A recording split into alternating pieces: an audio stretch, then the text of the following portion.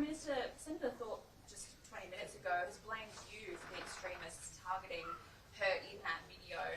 What's your response to that? I'm not going to engage in a debate like that. I haven't seen.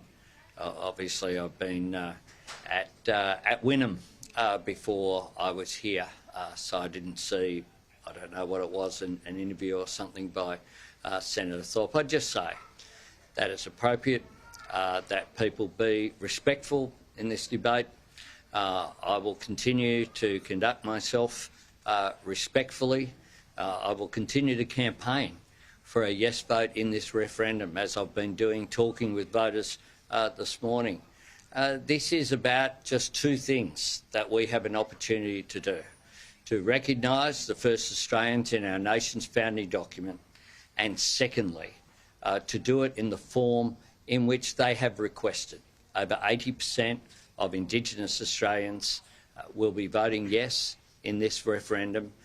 We have a post I put up on my site earlier today of the 90 delegates to the Central Land Council. They're gathered at Uluru today to have a meeting, all campaigning for yes, because what they're asking for is a non-binding advisory committee in order so that Indigenous Australians can be listened to about matters that affect them. And why are they doing that? Because you get better results when you listen to First Nations people, like you have better outcomes on any policy area where you engage with people who are directly affected. You know, one of the ideas here of the urgent care clinics came from people who are involved in the medical profession, by listening to them about what the gaps were and how policy could be improved. In the referendum's case, people have the opportunity on October 14 to write the next chapter in Australia's story, a story that goes back some 65,000 years, and they can vote yes for recognition and yes for a non-binding advisory committee so as to get better results. Prime Minister, We'll be polite. We'll all get a go, but the Canberra Gallery have got better at doing it in order. You there? With regards to the threats towards Lydia Thorpe, is extra protection being offered? She has said that the protection that she's currently being offered is inconsistent. What's the correct response? Well, Senator Thorpe contacted me directly. I responded to her at the first opportunity on the same day, spoke to the AFP. I don't talk about what AFP support is being given for obvious reasons. That would be quite counterproductive, but Senator Thorpe certainly responded to me that same day by thanking me for responding to her. Prime Minister, in the paper today, you've appealed to regional Queenslanders to support the Voice. How confident are you that regional Queensland collectively will bring back a yes vote, and why? I think when people look at what the question is, and it's a very clear question, just asking for that recognition and then a non-binding advisory committee, people have nothing to fear here. The parliamentary processes will still be the same. What we will be able to do, though, is to listen to Indigenous Australians about matters that affect them in order to then get better outcomes.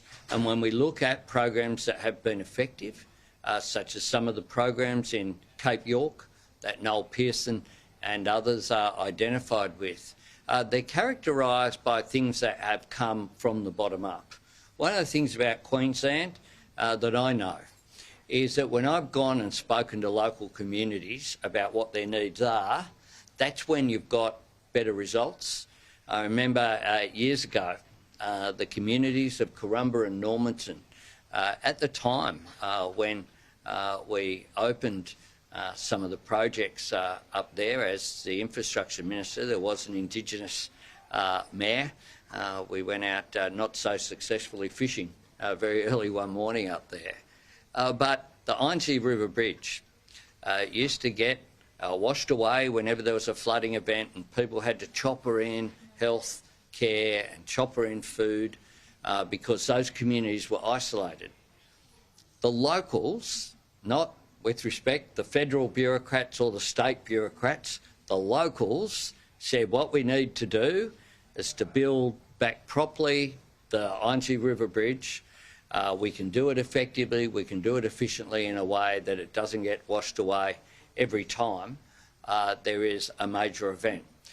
We allocated $31 million. They not only delivered that bridge, they delivered another 2 as well as a result of that local knowledge and local engagement. Whatever areas we're doing, and Queensland is of course the most regional of states. Queensland has a significant First Nations population. I've visited the Torres Strait during this period as well to talk to them about the referendum. I visited all parts of regional Queensland, from Mount Isa inland to up and down the coastal areas, and engaged with Indigenous Australians.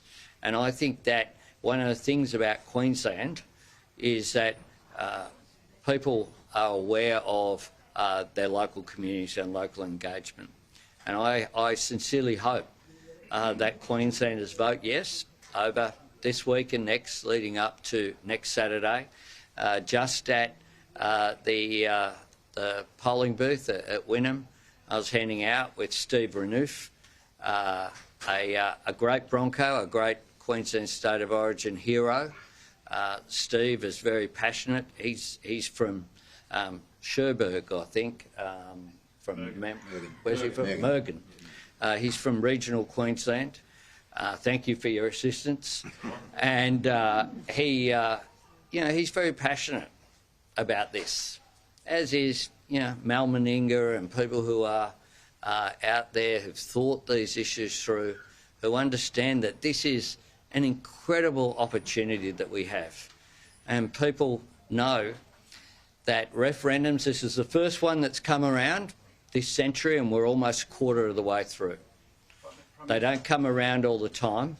This is an opportunity to make a difference, to vote yes.